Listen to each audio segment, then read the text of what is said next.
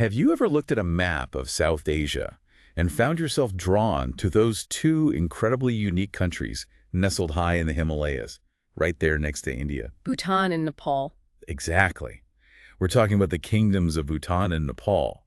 They share not just mountains and rivers, but also, well, a deep, complex history. Absolutely. And yet, their relationships with India are quite distinct, shaped by geography, history, and some pretty fascinating political shifts over time. It's this rich, multifaceted tapestry of connections between a regional power like India and its smaller Himalayan neighbors that we're going to dive into today. That's exactly what we're doing. Our goal in this deep dive is very specific. We're taking the stack of sources you provided, which offer a really detailed picture of these relationships, covering, historical roots, key political and economic agreements, hydrodiplomacy, security dimensions, the whole lot. Right, and we're going to unpack them. So our mission is to extract the most important insights buried in this material. What are the core dynamics at play? What are the foundational agreements? Where are the flashpoints? And, how do history and geography continue to shape these crucial relationships? We want to help you understand what's truly significant here. It's about getting past just the names and dates and understanding the why and the how of these connections. Okay, let's unpack this, starting with Bhutan. The sources describe this relationship as a special friendship, and when you look at the historical roots presented in the material, you really see why. Yeah, it's not just a modern connection. It goes way back, like ancient times. Bhutan was originally known as Monyul, but its traditional name is Drukyul, the land of thunder dragons. Land of Thunder Dragons, love that. Me too. And the sources highlight a foundational cultural and spiritual link that began incredibly early. We're talking about the arrival of the Buddhist monk Padmasambhava from India in 747 AD. 747 AD, that's early. Very early. He was instrumental in leading the Nyingma sect of Buddhism in Bhutan, and his arrival signifies a major spiritual and cultural contribution from India that helped shape Bhutanese identity. This isn't just diplomatic history, it's deeply woven into the fabric of Bhutanese culture. It started with shared spiritual journeys. Amazing. And then fast forward many centuries and the political landscape changes. The British arrive on the scene. Right. There were Anglo-Bhutan Wars and eventually the Treaty of Punakha in 1910. What does the source tell us about that treaty? Well, the material notes that while this treaty prevented Bhutan from being officially annexed by the British Raj, its legal status remained, as the source puts it, undefined. Undefined, so a bit ambiguous. Yeah, it left a degree of ambiguity hanging over Bhutan's sovereignty during that colonial period. That ambiguity must have been a challenge. But the pivotal shift, according to the sources, happens after India gains independence in 1947. India reaches out early and decisively. Absolutely. The sources highlight that none other than Jawaharlal Nehru, India's first prime minister, made a point of reaching out early. There's a fantastic detail in the material he visited Bhutan on horseback. On horseback. Seriously? Yep. This wasn't a quick flight. It was a significant effort right from the start. It really paints a picture of the commitment. It really does. And during that visit, Nehru advised the then king, Jigme Dorji Wangchuck, on building a strong relationship with India. And the timing here was crucial because, well, simultaneously, Bhutan was feeling increasing pressure from its other large neighbor. China. Right. After China took over Tibet in 1949, Bhutan felt a palpable fear of annexation and, strategic tension. So Tibet's fate made Bhutan look towards India for security and partnership. Exactly. This shared concern and strategic alignment quickly paved the way for a formal framework for the relationship. The Treaty of Friendship, signed in 1949. And this treaty is described as the bedrock. Yeah. What were its core principles? The treaty established principles of peace, trade, commerce, and equal justice between the two nations. But the most discussed and strategically significant element, at least in its initial form, was Article 2. Article 2. Okay, tell us about Article 2 in the 1949 treaty. What does it say?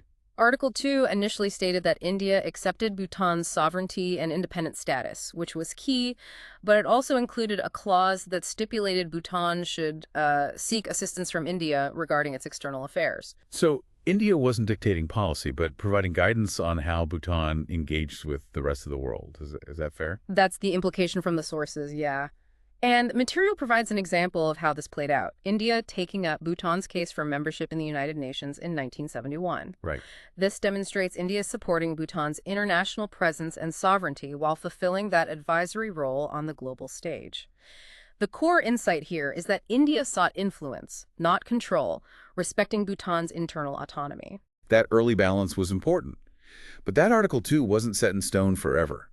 The sources detail a significant revision in 2007. Yeah, this was a crucial moment.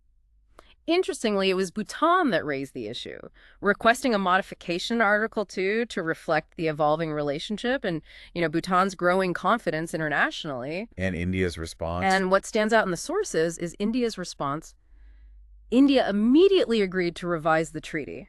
That immediate agreement must have been a powerful signal to Bhutan. The source emphasizes that it was. It greatly instilled confidence in Bhutan and reinforced the perception that India genuinely saw itself as a partner in Bhutan's progress, not a power seeking to dominate it. So what changed exactly? While the source doesn't give us the exact line-by-line text change, it does state that under the revised 2007 treaty, a key addition was made. India and Bhutan agreed to cooperate with each other on matters of national security. Okay, so a shift from external affairs advice to national security cooperation. Exactly. This transformed the relationship from one of sort of guidance to a more explicit partnership, including security cooperation, a much more equal footing. That makes sense. What else did that foundational 1949 treaty establish that shapes the relationship on the ground even today? A really significant element is what the sources call national treatment. This means that citizens of both countries are granted the same rights regarding employment, property ownership, residence, and movement in the other country as that country's own citizens have. Wow. So a citizen of Bhutan can essentially live and work in India just like an Indian citizen and vice versa. Exactly. They receive national treatment, not treatment as foreigners. And linked to this is the concept of the open border citizens of India and Bhutan can move freely between the two countries without needing a visa. That's huge. A massive facilitator for people-to-people connections, cultural exchange, and economic activity. It is. The treaty also included an extradition clause and provisions for cooperation across various sectors like culture, sports, science and technology, and healthcare. It really laid a broad foundation for engagement. Moving from the political framework to the economic ties, the sources delve into commercial diplomacy. When did this aspect of the relationship really take shape? Well, the economic partnership gained momentum in 1961 when India began providing substantial assistance to Bhutan's first and second five-year plans. Right at the start of their modern development. Exactly. This marked India as a key partner right at the beginning of Bhutan's modern development efforts. And once Bhutan joined the UN in 1971, did that change things? That opened the door to receiving external aid from other countries, diversifying Bhutan's development partners. However, India has consistently remained and still is Bhutan's dominant trading partner. The sources provide a striking figure. Around 80% of Bhutan's total trade is conducted with India. How does that trade flow primarily work? The bulk of the trade moves through India's Kolkata port, with the critical land link being the road connecting Phuntsholling in Bhutan to Paro. Indian financial institutions like the State Bank of India and Bank of Baroda have a presence in Bhutan, and Indian firms are active in key sectors like hydropower, minerals, and construction. What are the main goods being traded back and forth? India imports minerals, hydropower, wood, and chemicals from Bhutan. In return, India exports machinery and food products. The trade relationship is governed by the Agreement on Trade and Commerce from 2006, which is designed to ensure duty-free trade and facilitate Bhutan's transit trade to third countries through Indian territory. The sources also describe India's developmental partnership with Bhutan in distinct phases. What does that phased approach look like? Based on the material, we can see three broad phases. Phase 1, roughly from 1960 to 1980, was focused heavily on developing Bhutan's physical infrastructure, building roads, bridges, other fundamental structures needed for modernization. Laying the groundwork, essentially. Exactly. Phase 2, from 1980 to 2000, coincided with Bhutan's cautious moves towards democratization. India's assistance in this period shifted to supporting the development of democratic values and providing capacity support for decentralization efforts. This involved, sharing institutional best practices. Helping build the systems of governance. Yes. Phase 3, from 2000 to the present, has seen the partnership become much more diversified.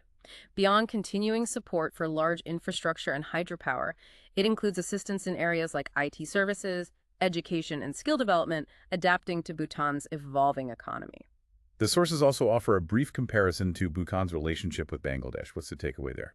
The connection with Bangladesh is primarily focused on trade, culture, and environmental cooperation. No. Notably, Bangladesh has shown interest in purchasing hydropower from Bhutan and has allowed Bhutan to use its seaports for transit trade to third Oh, countries. interesting. An alternative route. Yeah, an alternative route to using Indian ports. The sources also mention the presence of a significant number of Bangladeshi workers in Bhutan's construction sector. Okay, let's talk about what is perhaps the single most significant economic and strategic link between India and Bhutan. Water power or hydrodiplomacy? This is absolutely central. Bhutan, being an upper riparian state with abundant rivers originating in the Himalayas, possesses tremendous hydropower potential. And a large portion of this potential is directly linked to India, both as a market and a development partner. The sources state that around 45% of the hydropower generated in Bhutan is exported to India. How did this cooperation in harnessing water power begin? It started quite simply in the 1960s, with Indian assistance providing diesel generators for power in Bhutanese towns. By 1967, Bhutan began importing electricity from India's Jaldaka plant. A major milestone was the commissioning of the 33-megawatt Chuka plant in 1989, which was constructed with India's help. So it evolved from providing basic power solutions to building major dams together. Precisely. The real potential for hydropower generation was fully recognized in the 1980s, again with significant India assistance. Bhutan saw it as a clean, environment-friendly way to generate substantial foreign exchange earnings through exports. Makes sense. This led to a more structured approach, unfolding in two distinct phases of Indian assistance for hydropower development. Walk us through those two phases. Okay, phase one, spanning from 1987 to 2007, focused on developing site-specific projects like the Chuka, Kurichu, and Tala plants. The financial model was quite generous from India's side. 60% of the funding was provided as a grant and 40% as a loan. 60% grant, that's significant. It really is. And the electricity generated from these plants was integrated into India's northern and northeastern power grids. And phase two ramped things up considerably. Yes, phase two from 2007 to 2020 saw India commit to assisting Bhutan in developing mega hydro plants with an ambitious target of harnessing 10,000 megawatts of hydropower potential by 2020. 10,000 megawatts. That's a huge undertaking signifying deep economic integration. But the sources also point out that even within this highly collaborative area, issues have emerged over time. That's right. You know, it wasn't all smooth sailing. The source mentions concerns on both sides. On the Indian side, it refers to massive flooding that occurred downstream in Assam in 2014. Now, it's worth noting the source doesn't explicitly state this was caused by Bhutanese hydro projects, but it mentions this event in the same context as issues arising within the hydro diplomacy relationship. So something to keep in mind. And from Bhutan's perspective, what concerns have been raised? Well, Bhutanese stakeholders have voiced concerns about the significant dominance of Indian firms in the hydro sector.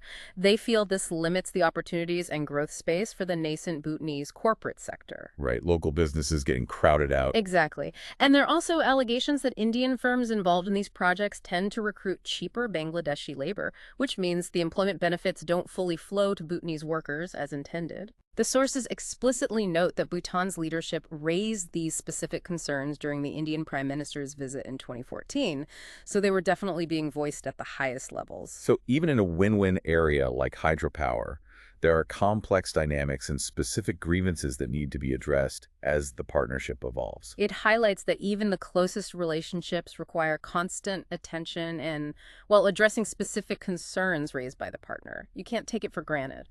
Let's shift focus now to security cooperation and the strategic significance of Bhutan for India. Okay. This dimension became particularly critical for India after the 1962 Sino-India War.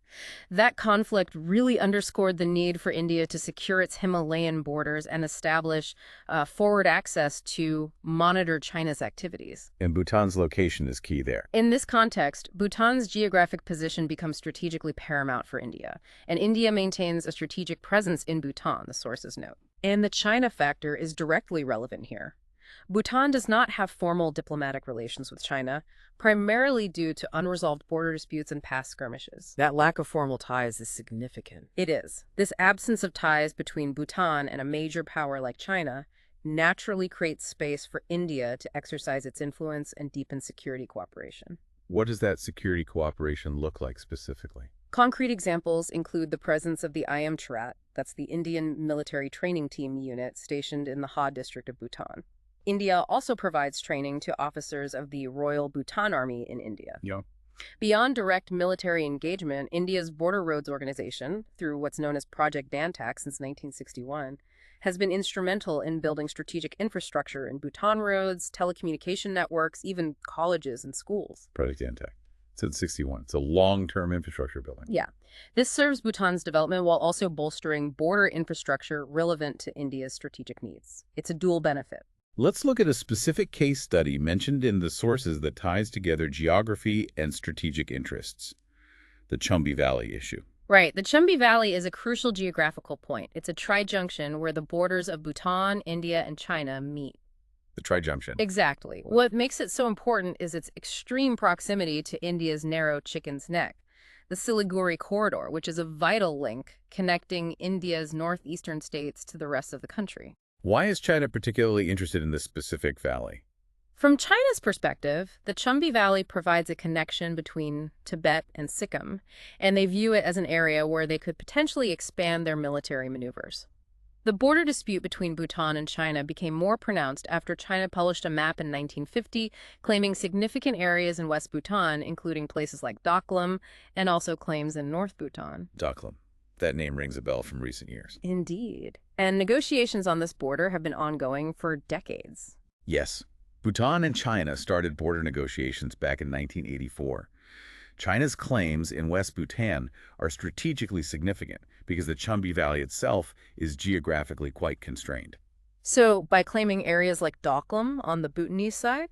China would gain more land adjacent to the valley, providing wider space on their side of the border for potentially stationing troops in the event of a conflict. Which directly impacts India's security. Absolutely. For India, any Chinese move or increased presence near the Chumbi Valley is a major concern because it's barely 500 kilometers from the extremely vulnerable Siliguri corridor. Protecting that narrow strip of land is a top strategic priority for India. Understandably so. Another case study highlighting the security cooperation is Operation All Clear in 2003. What happened there? This was a decisive military operation conducted by the Royal Bhutan Army against Indian insurgent groups, specifically cadres of ULFA and NDFB, who had established hideouts and camps in southern Bhutan and were operating from there. So Bhutan took action on its territory against groups posing a threat to India. That's quite something. Precisely. And the sources emphasize the collaborative nature of this operation. While the Bhutanese army led Operation All Clear within Bhutan, the Indian army positioned 12 battalions near the border on the Indian side. What was the Indian Army's role? To prevent them from crossing back. Their role was exactly that: to seal the border and prevent any insurgent cadres who were flushed out or attempted to escape from Bhutan from crossing into Indian territory. It was a clear demonstration of strategic cooperation. And the outcome? Was it successful? Highly successful. The operation was highly successful. The Bhutanese forces managed to neutralize 650 insurgents and destroy 30 of their camps within Bhutan. Wow, okay. Let's broaden our view on the China factor in the India-Bhutan relationship. Sure. We've touched on the historical border dispute as the primary reason Bhutan hasn't established diplomatic relations with Beijing since the British left. The sources note that China occupied some border villages from Bhutan decades ago, and these territories remain disputed. And this unresolved dispute has historically given India more leverage and space for influence in Thimphu. However, the material also notes that in recent times, despite the lack of formal ties, China has increased its activity. How so? There have been significant intrusions near the border areas, impacting the livelihood of local Bhutanese populations by limiting access to resources like forest produce. So it's not just a theoretical dispute, it has tangible impacts on people's lives. What other ways is China engaging Bhutan? China is actively using cultural and religious diplomacy. The sources mention China's commitment to helping build the tallest statue of Buddha in Thimphu. They are also investing in Bhutan's telecom sector, which is another area of increasing engagement. Telecom, culture. Interesting inroads. And there was a notable meeting that seemed to signal potential shifts. Yes. At the Rio+20 summit in 2012, the Bhutanese prime minister met with the then Chinese premier Wen Jiabao. The sources indicate they discussed potential cooperation areas, including a possible bus agreement and other trade avenues. But no formal ties established. No. Despite these discussions, the fundamental diplomatic relationship, the lack of formal ties, has remained unchanged as of the period covered by the sources. So while China is making overtures, the core strategic alignment based on historical disputes and the special relationship with India holds, at least according to these sources. That's the assessment presented in the sources as of 2017-18, that India still maintained an edge in its relationship with Bhutan, despite China's increasing engagement efforts. Finally, on Bhutan, let's look at the analysis of the Indian Prime Minister's visit in 2014. This was an early demonstration of the neighborhood first policy, right? Yes, absolutely. This visit was highly symbolic and substantive. It clearly signaled India's priority on engaging its immediate neighbors. Key engagements included the inauguration of the Supreme Court building in Bhutan, which was built with Indian assistance, and the Prime Minister addressing a joint session of the Bhutanese parliament. And the sources highlight a specific detail about the reception of that speech, something about clapping. Yes, it's a lovely detail. The material notes that clapping is not a traditional way for Bhutanese people to express congratulations. However, after the Prime Minister's speech, the legislators in Parliament reportedly did clap, which the source interprets as a significant positive gesture towards the Prime Minister and India. A subtle but powerful signal. Definitely. What specific developmental commitments were made during that visit? The PM laid the foundation stone for the 600-megawatt Kolongchu hydroelectric power plant, a major new joint project. Significant commitments were also made in human development. 200 scholarships worth 2 crores for Bhutanese students to study in India, and a commitment to establish a digital library providing access to 2 million books for Bhutanese youth. 2 million books, wow. And crucially, the visit directly addressed one of the concerns we discussed earlier regarding Indian firms. That's right. To address the concerns raised by Bhutan about the dominance of Indian firms, particularly in the hydropower sector, the Indian Prime Minister committed to establishing a power training institute in Bhutan. Ah, skill development. Exactly. The stated goal is to provide technical skills to Bhutanese youth, enabling them to play a larger role and benefit more directly from these major projects. This shows India listening to and actively trying to address Bhutan's specific anxieties. That's important. What about broader economic challenges Bhutan faced? Anything addressed there? Bhutan has experienced issues with a shortage of Indian rupees. To help with this, India agreed to provide Bhutan with a credit facility. Additionally, hydropower generation is seasonal in Bhutan, high during the monsoons, lower in winter. Right. As Bhutan's domestic consumption rises, they sometimes need to import power in winter. To manage this seasonal imbalance, India agreed to explore establishing a power bank in Bhutan in the future. A power bank. Yeah. Okay, and any other notable announcements? The Indian Prime Minister also agreed to assist Bhutan in establishing a University of Himalayan Studies. It's clear that the 2014 visit was comprehensive, covering infrastructure, human development, and addressing specific economic and sector-specific concerns, all aimed at strengthening the partnership. It truly reflected a commitment to a neighborhood-first approach, focusing on concrete deliverables and addressing the partners' stated concerns. That's the key insight from that visit, India positioning itself as a responsive development partner.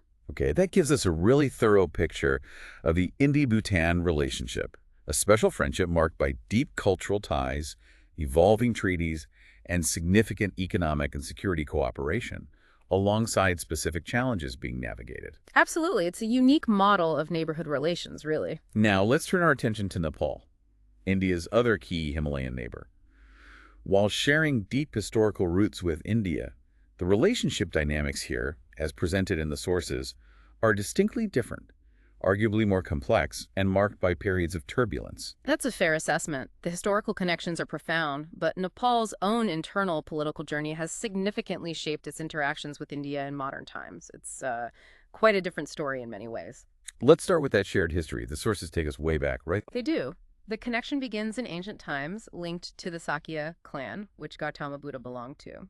Nepal's early history saw tribal rule, followed by the Licchavi period, notable for the beginnings of feudalism in Nepali society. Then came the Newari rule and the Malla period. Yes, the Newari rule from around 750 to 1750 AD saw consolidation around Kathmandu and a significant shift in religious demographics towards Hinduism alongside widespread cultural diffusion. The Malla period, particularly under King Yakshamala in the 12th century, is described in the sources as a cultural zenith for Nepal. Moving to the later period, the 1700s, saw changes in power structures. Indeed.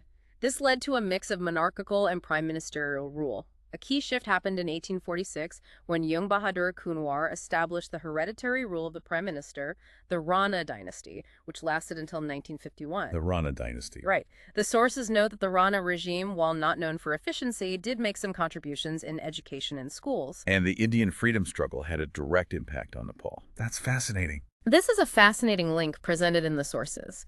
Many educated Nepalese elite visited India during the 1920s and were influenced by the Indian freedom struggle. This exposure to concepts of independence and nonviolent resistance inspired them to launch their own movement back home to end the Rana rule.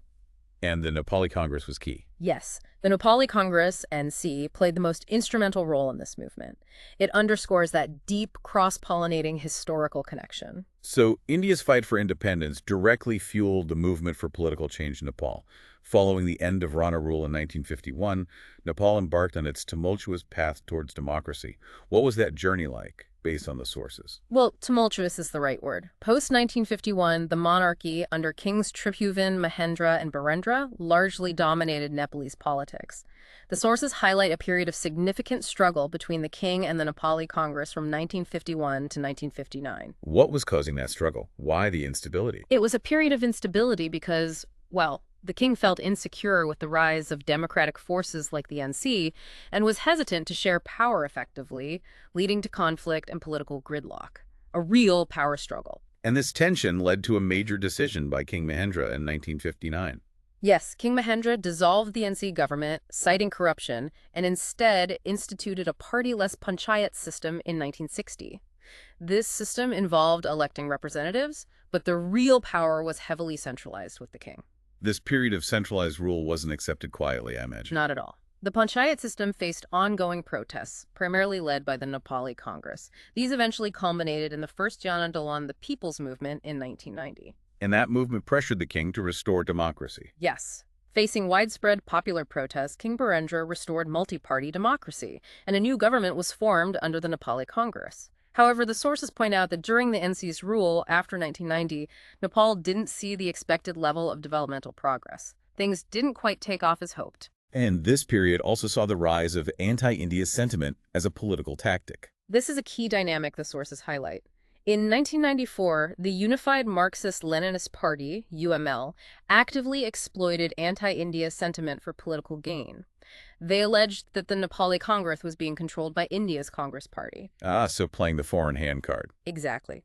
Fostering a perception among some sections of Nepali society that India was interfering in Nepal's internal affairs through the NC. And did this tactic work for the UML? It did, politically. The sources note that this anti-India plank helped the UML gain significant political support, and they briefly held power for 9 months in 1994, before the NC returned.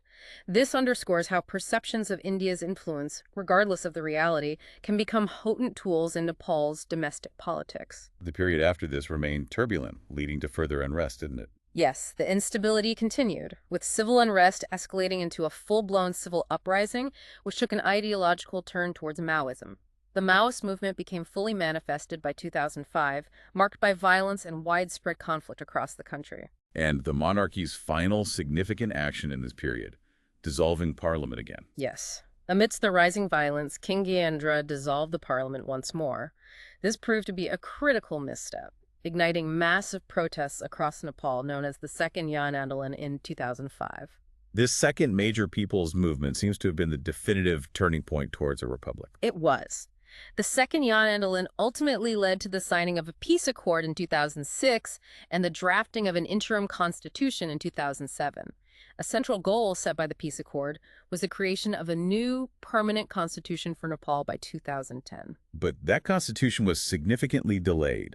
What were the main reasons for the holdup? It took much longer than 2010. Yeah, much longer. The sources point to two key areas of disagreement that stalled the process for years. First, there was a fundamental disagreement on the form of government, the Maoists favoring a presidential system versus others preferring a parliamentary one. Okay, form of government. Second, there was significant debate over federalism, with the Maoists advocating for ethnic federalism, which other groups opposed. This was a really contentious issue. And a major factor intertwined with the federalism debate was the assertion of the Madhesi population. Tell us about that. This was absolutely crucial. The Madhesis are people primarily living in the southern plains of Nepal, the Terai region, which borders India. The sources highlight a long history of discrimination faced by the Madhesis from the Pahadis, the people of the hill regions. Discrimination like what? Well, the sources even mention a point where Madhesis needed permits to visit Kathmandu, underscoring this historical disparity. Permits to visit their own capital. Wow. It's a stark illustration of the historical tension. And the Madhesis, through their representatives and movements, strongly demanded proper rights and equitable representation in the new constitution being drafted. After all these delays and internal political struggles, when was the constitution finally adopted? Nepal eventually promulgated its new constitution in September 2015 after nearly 9 years of debate and tremendous delays following the peace accords deadline. Okay, let's return to the foundational treaty between India and Nepal. The Treaty of Peace and Friendship signed in 1950. Like the Bhutan Treaty, it's meant to be the bedrock, but it also carries considerable political baggage in Nepal. Indeed. Signed on July 31st, 1950, this treaty establishes the core principles of mutual peace, friendship, sovereignty, and non-interference between the two nations. One specific obligation it outlines is that Nepal is to consult India when importing arms from any country other than India. And it also includes the National Treatment Clause we saw in the Bhutan Treaty, giving citizens equal rights. Yes, and the sources detail this clause as a key component. Citizens of both countries are granted equal privileges concerning property ownership, trade activities, residence rights, and freedom of movement in the other country. So again, a Nepali citizen can buy property in India, live there, and vice versa. Correct. And coupled with this is the open borders provision, allowing citizens of both nations to cross the border without requiring visas. The treaty also contains Article X, which is quite significant. What's Article X? It states that either party can request a change to the treaty at any time, and India is obligated to establish a mechanism to discuss and potentially implement such changes. The sources make an interesting claim, that the 1950 treaty actually favors Nepal more than India. Yet, despite this, the treaty is a source of complaint in Nepal. How do we reconcile that? It seems contradictory. This is where the political context is absolutely key. The sources list several complaints from the Nepali side. One is that the treaty was signed in 1950 with a Rana ruler who had become very unpopular domestically. Okay, timing and legitimacy issues. Right. Another complaint is the perception that the manner of signing suggested India saw Nepal as a subordinate, not an equal state. There were also allegations regarding the conduct of Indian diplomats during the treaty negotiations. And this is where the domestic political angle comes in, right? Using it as a tool. Exactly. The sources highlight how the treaty has been weaponized politically in Nepal. Ever since the UML successfully used an anti-India stance in 1994, raising slogans alleging the 1950 treaty favors India more than Nepal, Nepal has become a common tactic for gaining political traction. So it's become a convenient political football, regardless of the actual text. Pretty much. It's used more as a symbol of perceived unequal relations than a precise critique of the treaty's contents. And Nepal has formally requested changes under Article X. Yes, Nepali political parties have repeatedly demanded revisions under Article X, and India has publicly accepted these requests and stated its readiness to establish a mechanism for review. However, the sources point to the critical roadblock. There is a lack of consensus within Nepal itself on exactly what changes are needed. Internal disagreement. Exactly. Which prevents any meaningful dialogue or engagement on treaty revision. And this demand for revision was raised again during the Indian Prime Minister's visit in 2014. It was, indicating it remains a persistent issue in bilateral discussions, even if progress is stalled by internal Nepali politics. Let's delve deeper into that unique feature, the open border. What's its history and the challenges it presents beyond fostering connections?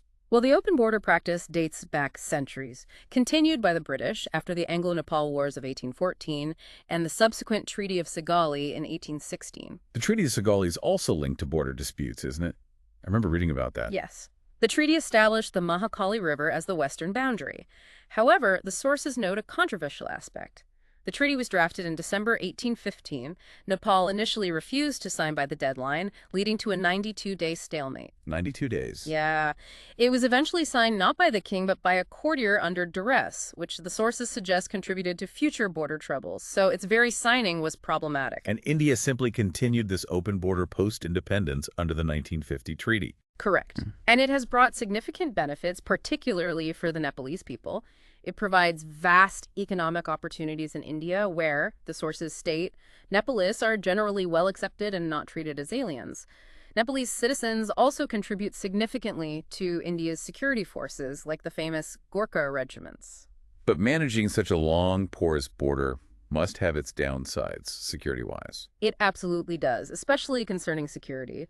While the open border strengthens socioeconomic linkages, the sources highlight that since the end of the Cold War, it has also become a source of concern. How so? Intelligence reports have alleged that Pakistan has potentially exploited the open border to infiltrate individuals into India and funnel in fake currency, aiming to destabilize the Indian economy. And just general criminality is also a major issue. Yes. The open nature makes it easy for criminals from both countries to seek refuge in the other's territory, complicating law enforcement.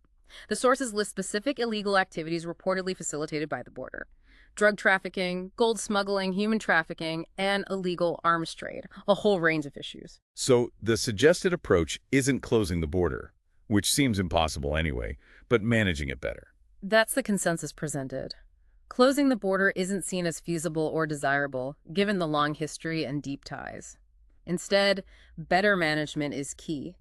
A suggested solution is a jointly prepared and enforced cross-border crime control action plan. And empowering the forces that patrol the border, like the SSB? Yes, the Sashastra Seema Bal, SSB, which is responsible for manning this border, needs to be better equipped with modern technology. The sources also note the push to empower the SSB under India's Passport Act to enable them to arrest criminals, mentioning that the Indian government approved the establishment of the SSB's own intelligence wing in July 2017. Okay, so steps are being taken. Beyond managing the existing border, there are persistent disputes over its exact demarcation. That's a significant challenge. The border is supposed to be marked by pillars, but in many sections, due to natural events like floods and just lack of maintenance, these pillars are missing. So they literally don't know exactly where the line is in places. Well, it requires joint demarcation efforts to reestablish it clearly. A joint technical level boundary committee was set up way back in 1981 and completed its survey, submitting 182 strip maps in 2007. However, as of 2017, ratification of these maps was still pending. Still pending after 10 years. Wow. And to tackle specific disputed areas. In July 2014, a boundary working group, BWG, was established specifically to try and resolve the lingering issues at Kalapani and Susta, two major points of contention. What makes border demarcation along rivers so technically challenging? You mentioned river shifting course. This is a core technical issue. Parts of the border are defined by flowing rivers like the Mahakali. The problem is rivers naturally change their course over time, erosion, floods. Right. While a fixed boundary principle might be agreed upon, the shifting river physically alters the landscape, creating areas known as adverse possessions land that might technically be on one side of the agreed principle, but is now physically on the other due to the river moving. The shifting also destroys physical pillars. It's a constant geographical headache. So the BWG uses GPS data to map these shifting river courses. Yes, the BWG's mandate includes using GPS observations to collect data, which is then intended to be used by the foreign secretaries of both countries to work towards resolving these pending border issues, including the long-standing Kalapani dispute. Let's focus on that specific hotspot, the Kalapani issue. Where does that dispute originate? Its roots are directly in the Treaty of Saguli of 1816, which designated the Kali River as the western boundary. The geography of Kalapani is key. It's an area that lies between two different streams that are claimed as the source of the Kali River. And the conflicting claims depend on which stream is considered the true boundary. Which Kali is the real Kali? Exactly. Nepal claims areas to the west of the stream it considers the main Kali River in the Kalapani region, while India claims areas to the east of the stream it considers the main Kali River. This results in India claiming the entire Kalapani area. And this area is strategically vital for India. It is. India considers the Kalapani area strategically important and has maintained a military presence there since the 1962 Sino-India War. Okay, moving back to hydropower, Nepal, like Bhutan, has enormous potential but hasn't developed it significantly. Why the difference? That's a major paradox, isn't it? Nepal is an upper riparian state with an estimated hydropower potential of around 80,000 megawatts, one of the highest per capita in the world. Huge potential. 80,000 milligobia. But its installed capacity is tiny in comparison. Tiny. Only around 800 megawatts. That's a staggering difference. And the consequence for Nepali citizens. The sources note that 15 to 18 hours of power cuts are common daily across Nepal. 15, 18 hours a day without power. That's crippling. It really is. Despite this urgent domestic need and India's willingness to partner, citing the successful model with Bhutan, Nepal has shown reluctance in developing its vast hydropower potential. Why the hesitation from Nepal's side? Why not follow the Bhutan model? The sources state that Nepal's primary reluctance stems from a fear, a deep-seated fear, that if they develop large-scale hydropower projects, India will assert dominance over the generated electricity, potentially controlling its distribution or pricing. So a lack of trust is a major barrier here, preventing cooperation that could solve their power crisis. It seems to be a significant factor. What about existing water-sharing agreements on other rivers? Are they less controversial? Well, there are three major treaties covering shared rivers, but they also have their issues. First, the Kosi Treaty, signed in 1954. The Kosi River is notorious for causing devastating floods in Bihar and is often called the sorrow of Bihar. The treaty aimed at cooperative flood management. And India built infrastructure in Nepal under this treaty, a barrage. Yes. Under the Kosi Treaty, India agreed to build a low-head diversion dam, a barrage, in Nepal, managed with gates to control the Kosi's flow. Nepal granted India the management rights for this barrage for a period of 199 years. 199 years. That seems exceptionally long and has been controversial, hasn't it? It has. Certain sections in Nepal view the 199-year lease as granting India control far beyond the typical lifespan of a barrage, which is maybe 50 years. There are also allegations that India doesn't release sufficient water for irrigation on the Nepali side, and conversely, opens the gates during floods, leading to the submergence of Nepali villages. So ongoing grievances there, too. Yes, the source suggests that multi-stakeholder negotiation is needed to address these recurring issues. What about the other two treaties, Gandak and Mahakali? The Gandak River Treaty was signed in 1959 and comprises 13 articles. Under this treaty, both countries agreed to utilize the water from the Gandak River, with the sources stating the potential for generating 20,000 megawatts of electricity from this resource. And Mahakali. The third treaty mentioned is the Mahakali Treaty of 1996. Under this, India agreed to construct 3 dams at Sarda, Tanakpur, and Pancheshwar, with costs to be shared between the two countries.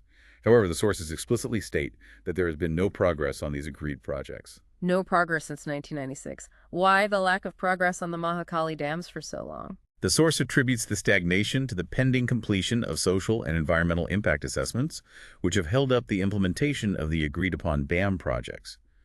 This highlights that while agreements are signed, getting them implemented can face significant domestic hurdles and delays. Right. Agreements on paper don't always translate to reality on the ground easily. Turning to commercial ties, the sources show a heavily skewed relationship in Nepal's trade, even more than Bhutan.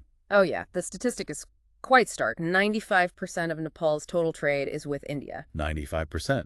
That's almost total dependence. It's overwhelming. This volume is facilitated by the open border and a network of 22 designated transit routes, including major ones like Raxaul, Tanakpur, and Ratmandandi.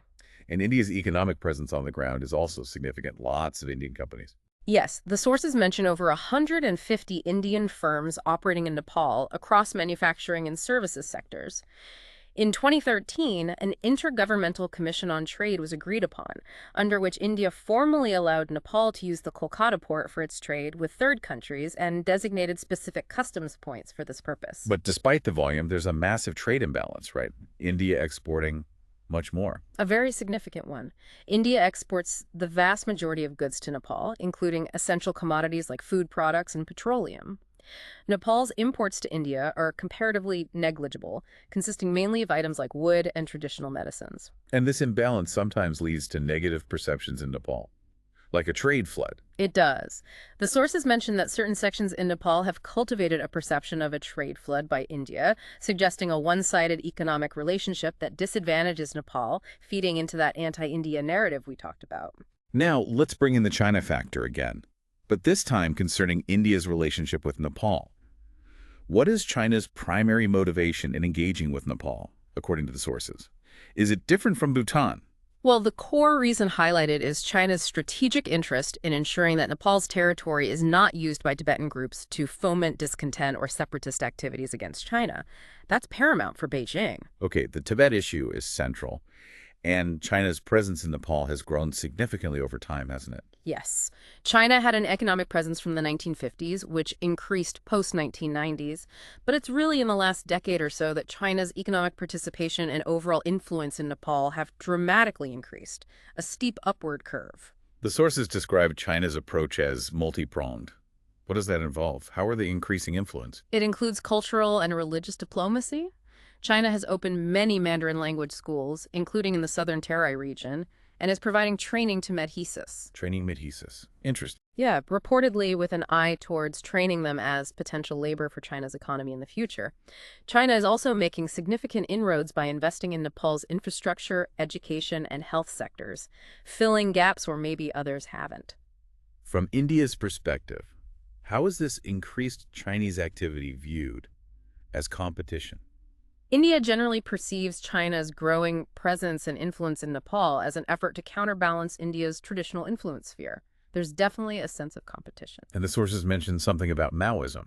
Yes, the sources even mention a view within certain sections of the Indian security establishment, and it's explicitly stated this is not an officially accepted view by the Indian government, that the Maoist movement in Nepal might have been encouraged by China, potentially linked to Indian Naxalite groups. So there are concerns at various levels within India about this increasing competition and China's role. And the sources mention Nepal's recent tilt towards China. Is that perception accurate? Yes, there's a perception of this shift. The sources suggest this tilt is partly driven by China's willingness to help Nepal fill its significant infrastructure gap. Nepal is also keen to leverage the rail infrastructure China has built in Tibet to improve its own connectivity to the north. And Nepal's justification. For its part, Nepal maintains that its expanding relationship with China is purely economic and is not intended to harm India's strategic interests.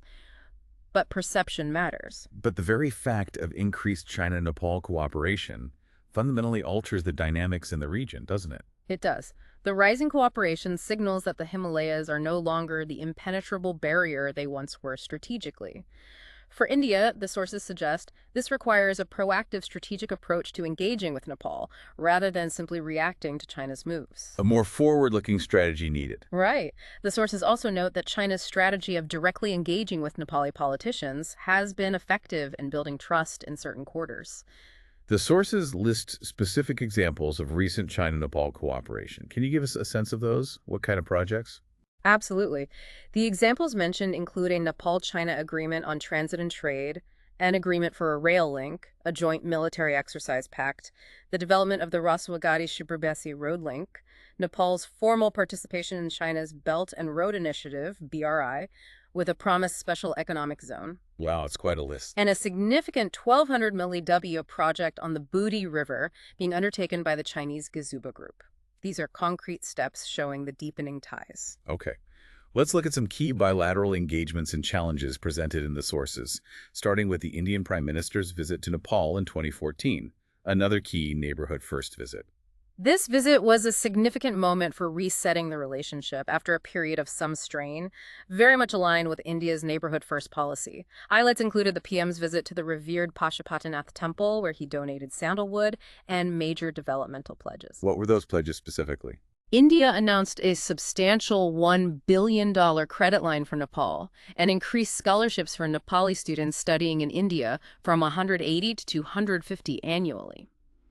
Nepal also agreed to complete the detailed project report for the crucial Pencheshwar multi-purpose project. And did they address the controversial 1950 treaty during that visit? Yes, a significant outcome was the agreement to establish a joint commission specifically to review the 1950 treaty. A new Track 2 initiative, called the Expert Persons Group on Nepal-India Relations, was also established to foster dialogue outside official channels. So tackling it on multiple levels. Exactly. Other agreements included Indian assistance for goiter control and the signing of various memoranda of understanding. This visit was a clear effort to address long-standing issues and boost cooperation. A specific outcome of that period was the Indian-Nepal Power Trading Agreement, PTA. Tell us about that. Right. This agreement had some lead-up. The Indian foreign minister had visited Nepal just before the PM's visit and agreed to negotiate a power cooperation agreement draft. While the PTA wasn't signed during the PM's visit itself, it was agreed to finalize it within 45 days, and it was eventually signed in September 2014. What were the key terms and the significance of this PTA? Why was it important? The PTA comprises 9 articles, has a duration of 50 years, and is subject to review after 10 years. Its significance lies in Nepal agreeing to license Indian firms to conduct 28 surveys for potentially exploring up to 8,000 megawatts of power generation. 8,000 megawatts. That's unlocking potential. Exactly. It also included commitments for specific projects like GMR establishing a plant in Karnali by 2021, aimed at exporting 900 megawatts to India. This agreement represented a concrete step forward in unlocking Nepal's hydropower potential through structured bilateral cooperation, even with that underlying hesitancy we discussed. Now, we come to a period that significantly impacted the relationship. The adoption of the Nepali constitution in 2015 and the Madhesi issue and subsequent blockade in 2016. This is a really difficult time. This was a major flashpoint, yeah. Nepal promulgated its new constitution on September 20th, 2015, drafted by the Second Constituent Assembly over nearly 9 years. It was Nepal's 7th constitution and the first by an elected body. And Nepal felt India's reaction was negative, not welcoming enough. Yes, Nepal alleged that India's official reaction was merely noting the constitution, rather than explicitly welcoming it, which was perceived negatively in Nepal. They felt it was dismissive. What made this constitution so controversial internally, particularly regarding the Madhesis? We touched on representation. While the Constitution aimed for a rights-based framework, the sources highlight a failure to achieve collective ownership among Nepal's diverse groups. The major issue was representation for the Madhesi population in the Terai. The Constitution did not provide representation based on population parity. Remind us of that imbalance. The sources give a stark comparison. In the hill regions, Pahadis, there was roughly 1 representative for every 5,000 people, whereas in the Terai, it was approximately 1 representative for every 100,000 people. 1 in 5,000 versus 1 in 100,000. That's a dramatic imbalance. It is. Out of 165 planned seats in parliament, the Terai region, with over 50% of the population, was allocated only 65 seats, while the Pahadi region, with less than 50%, received 100 seats. Madhesis and Tharas, who make up 70% of the Terai population, felt significantly underrepresented. India had publicly called for an inclusive constitution with equitable representation. The Roti-Beti connection is also brought up in relation to the Madhesi concerns about demarcation and citizenship. Yes, this refers to the deep cross-border ties, marriage, and kinship between Madhesis in the Terai and people in India's Bihar and Uttar Pradesh. The Madhesis argued that demarcating the Terai into different provinces, as proposed in the constitution, would disrupt this fundamental Roti-Beti connection. And citizenship rules. They also pointed out citizenship rules under the new constitution, alleging that women from UP or Bihar marrying Madhesis could be treated as foreigners for up to 5 years. The Madhesis protested, demanding Ek Pradesh, essentially one unified Madhesh province and greater rights. How did the new constitution differ from the interim constitution on these specific points? The interim constitution of 2007 had specific clauses, like Article 63(3), stating that electoral constituencies would be based on geographical position and special characteristics, and importantly, that Madhesi representation would be based on population. It also included a principle of proportional inclusion, Article 21. And the new one dropped those. The new constitution, particularly in Articles 84 and 42, dropped or altered these provisions, which India asserted should be reinserted for inclusivity. The citizenship rules for high posts were also a major point of contention. The new constitution reserved top posts like President VP-PM for citizens by descent, not by birth or naturalization, which India argued against. Amendments were eventually made to Articles 42, 84, and 286 related to delimitation, but the core grievances remained for many. And this internal crisis led to the blockade in 2016 that severely impacted Nepal, who actually implemented the blockade. According to the sources, sections of Nepali groups in the southern Terai, particularly around the Burgunj border crossing near Raxaul in India, undertook the blockade. This caused severe shortages of essential supplies like LPG and petroleum products throughout Nepal. And this impacted everyone, including the Pahadis, and significantly damaged Nepal's perception of India, even though India denied involvement. Absolutely. The shortage impacted hill populations severely and generated strong anti-India sentiment, even among some in the Terai. While India consistently denied imposing any blockade, the overwhelming perception in Nepal was that India was using it as economic leverage to push for constitutional changes benefiting the Métis. So perception trumped official statements completely. That appears to be the case. The sources note that India's narrative did not win, and its soft power was significantly eroded due to the perception of its role in the blockade. The analysis suggests that India needs a strategy in Nepal that effectively leverages soft power, understands and works with all diverse sections of Nepali society, and addresses fundamental issues like poverty.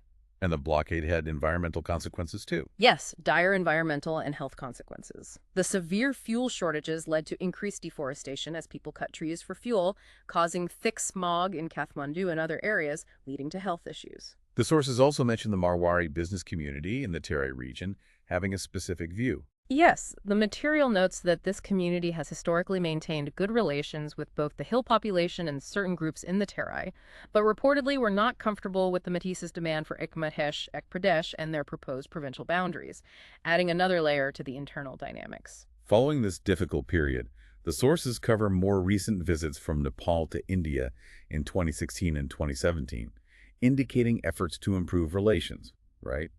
Trying to mend fences. Yes, attempts were made to move past the tensions. Nepali Prime Minister Pushpa Kamal Dahal Prachanda visited India in September 2016. He acknowledged India's support for Nepal's development and democracy and stressed the importance of implementing Nepal's constitution inclusively. And India offered further support during that visit, reconstruction aid. India extended a $750 million line of credit for post-earthquake reconstruction and an additional line of credit for infrastructure projects in the Terai, including roads, power lines, substations, and establishing a polytechnic institute in Katasaki. Several MOUs were signed. There was also a visit by the Nepali president. Yes, President Bijya Devi Bhandari visited India in April 2017, affirming commitment to strengthening ties. Later, in August 2017, Nepal's new Prime Minister, Sher Bahadur Deuba, seen as a more pro-India leader, visited India with the stated goal of rebooting relations and addressing the irritants that had cropped up. What were the key issues discussed during PM Doba's visit in 2017, trying to clear the air? Discussions covered a range of persistent issues. They addressed open border concerns, including Indian security anxieties and the fact that left-leaning parties in Nepal often favor imposing restrictions on the border. They also discussed the annual losses from flooding, agreeing to establish a permanent bilateral mechanism to control the rise of settlements in the sensitive Shivalik Hill region. Economic impacts from India's policies were also on the table. Demonetization, GST. Yes, the impact of India's demonetization and GST policies on the Nepali economy was discussed. They also addressed resolving pending issues regarding Nepal selling electricity to India via the Talka-Bar-Muzaffarpur transmission line. And Nepal raised its own grievances. Yes. Nepal also raised specific grievances from its side, such as concerns about Indian customs quarantining Nepali agricultural produce and alleged high-handedness by the Indian SSB border forces. So, a frank discussion, it seems. How was PM Duba's 2017 visit assessed overall? Positive. The sources assessed the meeting as very fruitful, suggesting it was likely to enhance bilateral cooperation and marked a positive turn after the strain period of the blockade. Okay, good. Finally, let's look at a broader regional initiative mentioned in the sources that involves both Bhutan and Nepal. The BBI Motor Vehicle Agreement. What's that about? The BBN-MVA is a sub-regional agreement signed in June 2015 by Bangladesh, Bhutan, India, and Nepal, 4 SAARC nations.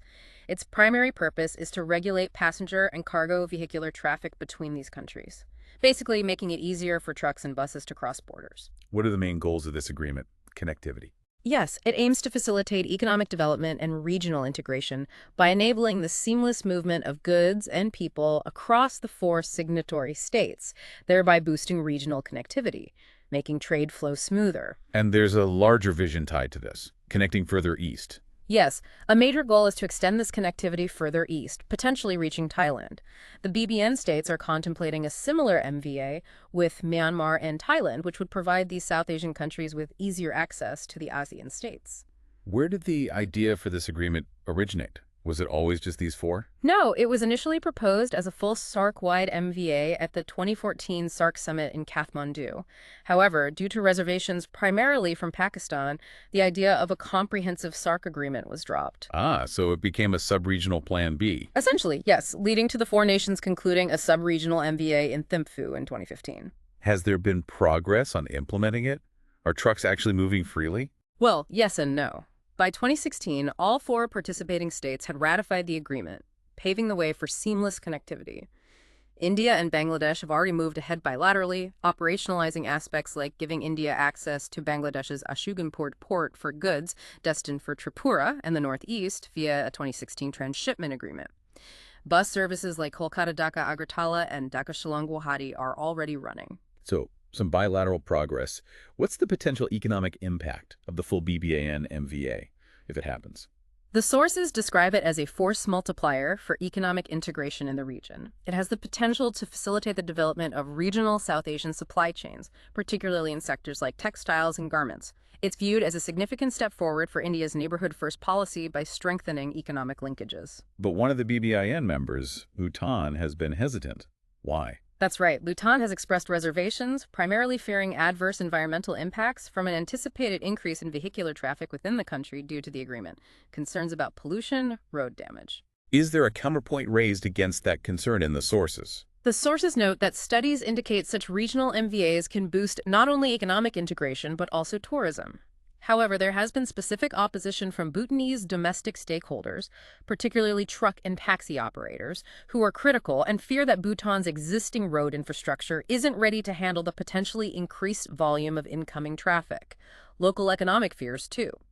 And this domestic hesitation manifested politically. Did they block it? Yes. The National Council of Bhutan, which is the upper house of parliament, rejected the MVA in November 2016. While the other three countries are ready, this stance from Bhutan poses a key challenge to the full implementation of the BBIN MVA as envisioned. India hopes the royal Bhutanese government can resolve these internal issues. So, a regional initiative designed for connectivity and economic boost faces obstacles rooted in national priorities and domestic concerns within one member.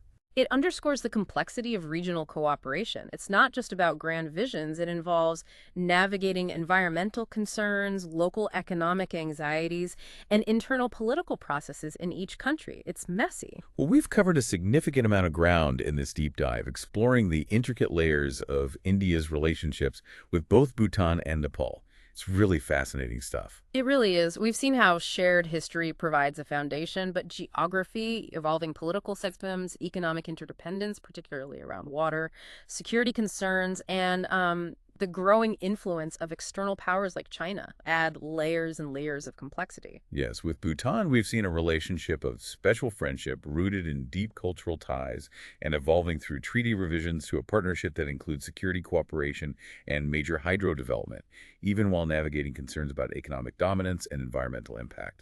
And with Nepal, it's a relationship defined by those deep historical connections and that unique open border that fosters people-to-people ties.